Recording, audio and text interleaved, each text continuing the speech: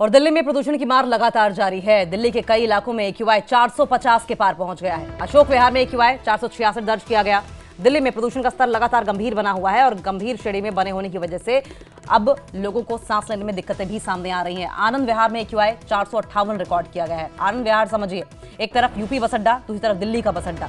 ऐसे में व्हीकल्स का मूवमेंट बहुत ज्यादा यहां पर होता है और उसके ऊपर इंडस्ट्रियल एरिया भी है। ये आईटीओ में एक्यूआई 410, बवाना में एक्यूआई 471। बवाना भी हेविली कंजस्टेड इंडस्ट्रियल एरिया है और ऐसे में 471 एक्यूआई का मतलब आप समझ रहे हैं सिवियर। 400 से अगर 500 के बीच में एक्यूआई है तो मतलब वेरी वेरी सिवियर कैटेगरी में हैजार्डस स्थिति में होता है, जिसका मतलब यह है कि इस हवा में सांस लेना जानलेवा साबित हो सकता है। तो दिल्ली में एक्यूआई 450 के पार पहुंच गया है। देखिए, ओवरऑल एक्यूआई की अगर जिक्र करें तो कल दिल्ली में 408 ही था और अब ये बढ़कर 450 के पार हो गया है, यानी कि स्थिति और ज्यादा बदतर होती चली जा रही है।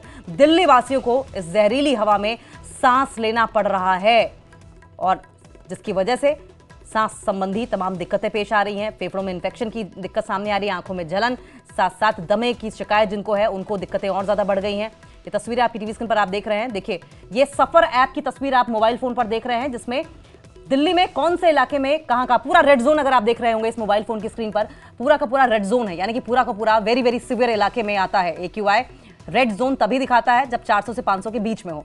ये तमाम इलाके जो इस मोबाइल फोन पर आप देख रहे थे, ये सारे के सारे इलाके जो है वो रेड जोन में है, यानी कि 400 से 500 एक्यूआई की कैटेगरी के बीच के इलाके हैं। दिल्ली इस वक्त गैस चेंबर बनी हुई है और गैस चेंबर भी ऐसा जो कि जानलेवा है।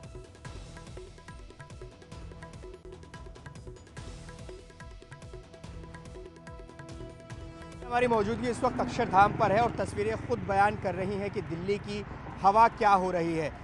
बेहद गंभीर श्रेणी में बना हुआ है इस वक्त जो दिल्ली का पोल्यूशन लेवल है। अक्षरधाम मंदिर, दरअसल हम ये दिखाने की कोशिश कर रहे हैं कि विजिबिलिटी कितनी है और ये जो आप देख रहे हैं ये कोहरा नहीं है, ये वो स्मॉग है जो हर दिल्ली वाले के लिए एक जहर साबित हो रही है। आप देखिए तस्वीरों में अक्षरधाम और उसके आसपास कितना ज़्यादा धुंध आपको नज़र आएगा। इसी से सटा हुआ NH9 है, इसके ऊपर भी ज़रा देखिए और यहीं पर ही यमुना खादर का इलाका है। ये पूरा इलाका आपको धुंध ही धुंध इसमें नज़र आएगी।